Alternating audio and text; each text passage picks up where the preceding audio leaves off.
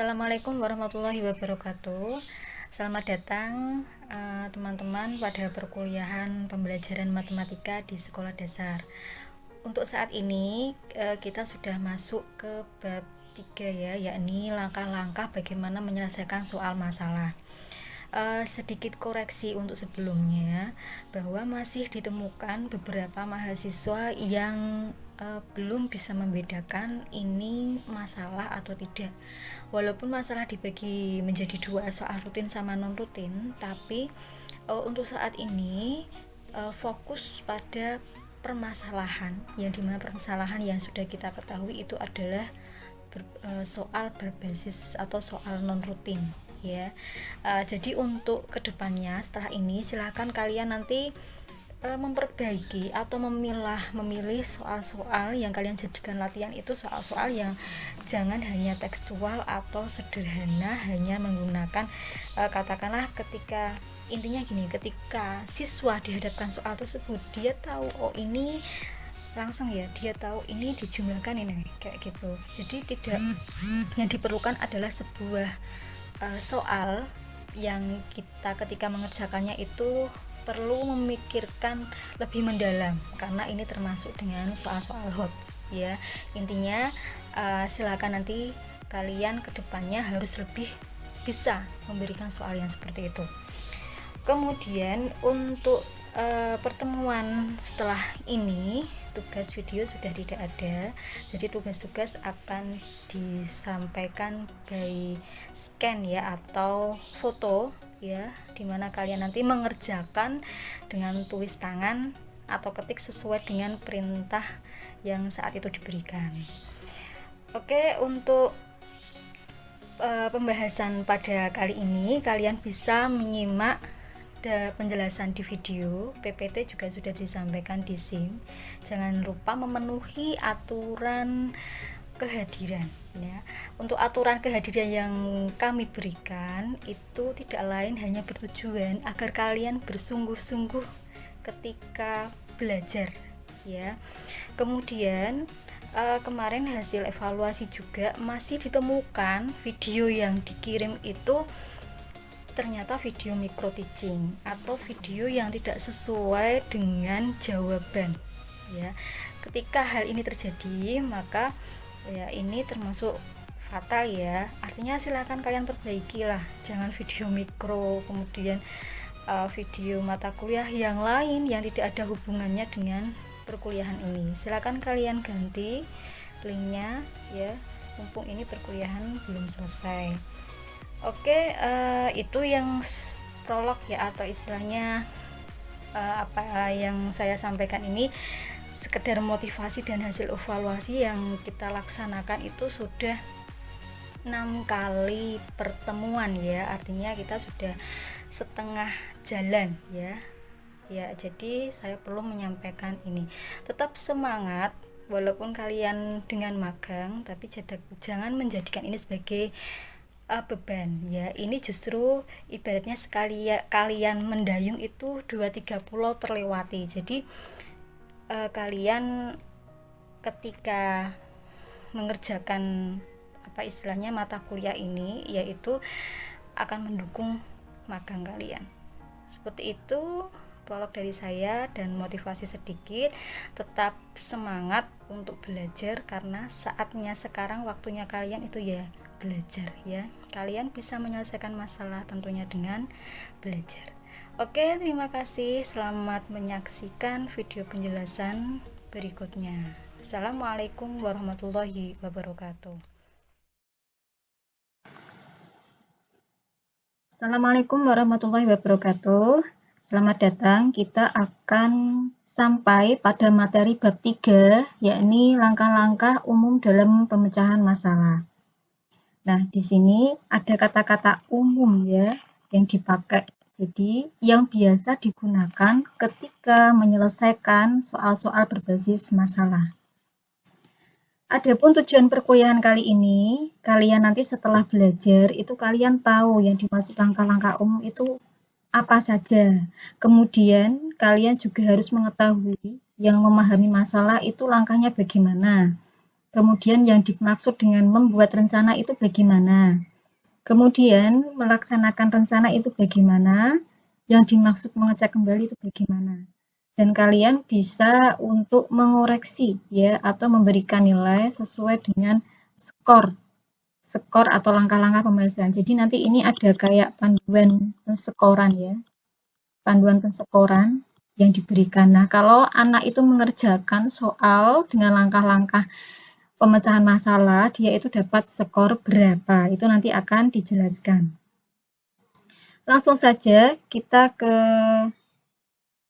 slide selanjutnya, yakni langkah-langkah dalam pemecahan masalah.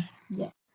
Langkah-langkah dalam pemecahan masalah, bapak pemecahan masalah di matematika itu kan Polya ya. Di sini sudah disampaikan pada bukunya How to Solve It itu, di mana langkah-langkahnya itu ada 4, 1, 2, 3, 4. Understanding the problem, jadi memahami masalah, devising a plan, terus merencanakan penyelesaiannya, kemudian melaksanakannya, ya, kemudian memeriksa kembali, ngecek, ya. Jadi 4 pokok ini, ya, adalah langkah-langkah umum yang ada pada pemecahan masalah. Oke, selanjutnya langkah-langkah pemecahan masalah selain dari Polya itu juga ada dari beberapa ahli ya, Williams, Gagner, kemudian Dewey, kemudian ada Hudoyo, Musser and Sauknes, kemudian Sun and kemudian Lowry and Hale. Ini beberapa ahli yang mempunyai langkah-langkah pemecahan masalah.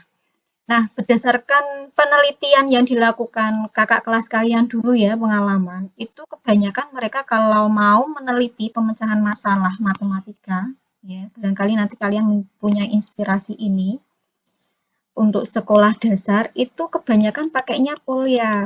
Nah, belum ada yang meneliti dengan langkah-langkah menurut yang lain, misalnya menurut Williams. Nah, jadi kalian misalnya mau meneliti pemecahan masalah berdasarkan langkah-langkah teori Williams. Nah, itu kan sudah menjadi judul skripsi ya.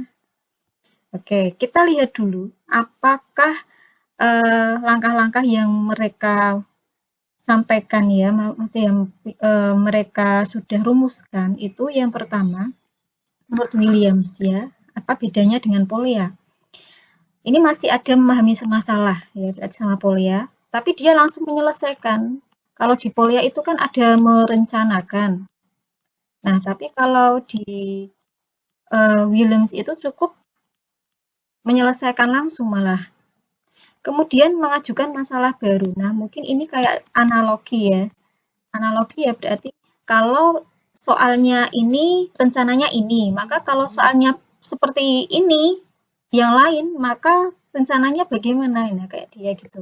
Kemudian ada strategi, oh ternyata ini dibalik urutan. Kalau langkah-langkah kan harus urut ya, tapi di sini merencanakan strateginya di nomor 4. Baru ada mengecek jawaban ini sama dengan Polya. Ini menurut Williams. Coba kita cek menurut Gagner. Oke, menurut Gagner, yang pertama adalah menyajikan masalah dulu. Kemudian menyatakan masalah dalam bentuk operasional. Berarti ini kayak membuat ke model matematika. Kemudian dia membuat hipotesis. Jadi kayak menduga-duga kira-kira nanti caranya bagaimana. Kemudian kira-kira nanti jawabannya itu apa kayak gitu. Baru setelah menyusun, dia menguji hipotesis itu. Nah ya, kemudian setelah menguji baru mengecek jawabannya benar apa salah. Jadi di sini ada hipotesisnya kayak dugaan gitu loh. Dugaan misalnya apakah bilangan bulat ditambah bilangan ganjil ditambah bilangan genap sama dengan bilangan ganjil misalnya ya. Nah, itu kita menyusun hipotesis menduga-duga. Iya benar sama pernyataan itu benar, hasilnya adalah bilangan ganjil. Nah, baru kita buktikan kayak gitu. Nah, itu menurut Gardner. Kemudian menurut Dewey ya di sini ada 5 juga langkahnya.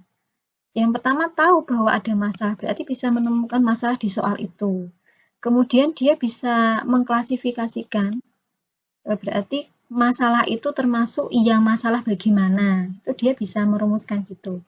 Kemudian dia menggunakan pengalaman untuk informasi yang relevan ya. Jadi dia menggunakan informasi yang terkait sama persoalan tersebut. Misalnya ada soal matematika tentang apa ya, keliling, keliling misalnya. Nah, sebelumnya mungkin ada soal yang tentang keliling. Nah, itu dia bisa menggunakan informasi ini sebelumnya untuk mengerjakan soal ini. Itu disampaikan di sini. Baru dia menguji hipotesis ya. Menguji hipotesis berarti di bagian ini menggunakan pengalaman itu seakan-akan dia kayak merumuskan penyelesaiannya. Setelah itu dievaluasi apakah itu benar atau salah baru disimpulkan. Nah, ini menurut Dewey ya. Kemudian yang menurut Hudoyo. Kalau Hudoyo pada tahun 1990 itu ada 4 langkah mengerti masalah. Ya hampir sama ya dengan Polya, kemudian merencanakan, melaksanakan, dan melihat kembali. Nah, ini hampir sama. Mungkin merujuk dari Polya. Kemudian yang menurut softness ya, yang pertama mencoba-coba dulu malah. Jadi ketika ada masalah itu dia coba-coba. Ya, kemarin kalian kan kayak waktu ada korek api itu kan mencoba-coba ya. Nah, berarti itu mungkin masuk dalam langkahnya softness ya ini bacanya. Kemudian yang kedua adalah membuat pola. Nah, setelah kalian tahu mencoba-coba itu, ternyata terus dibuat pola.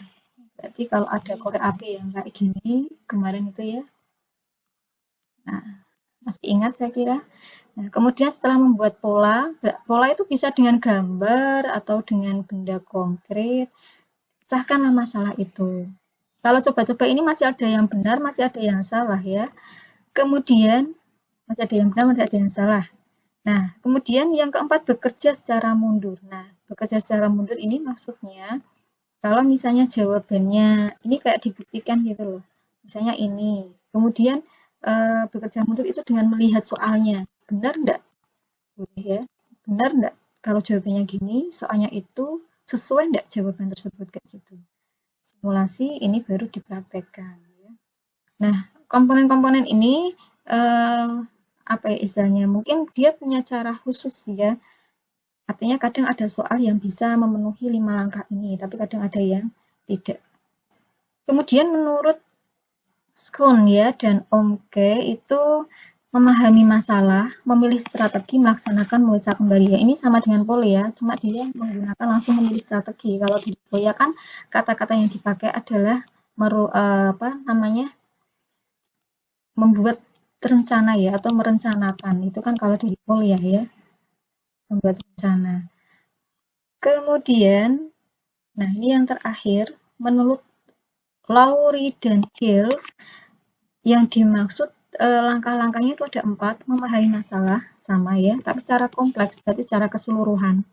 Menyusun gambaran masalah, yang disusun gambaran masalahnya, bukan penyelesaiannya. Kemudian menjelaskan gambaran masalah itu, jadi masih berbasis masalah itu.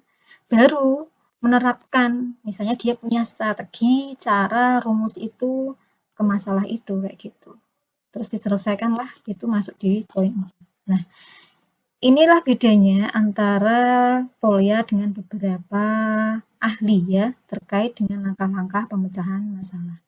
Nah, untuk saat ini difokuskan ke Polya ya, tapi kalian bisa juga untuk mengembangkan atau mungkin meneliti siswa-siswa bagaimana sih kalau langkah-langkah pemecahan masalah itu diberikan menurut ahli yang lain.